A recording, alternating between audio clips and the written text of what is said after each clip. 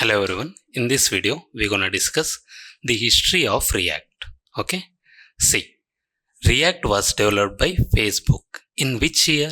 In 2011. Who introduced React? React was introduced by Jordan Waki. He was a software engineer in Facebook.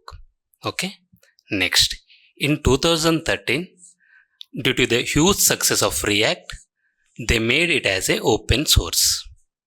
Okay, then by the huge success of open source and building desktop application, in 2015 React introduced React Native, which was useful for developing mobile applications.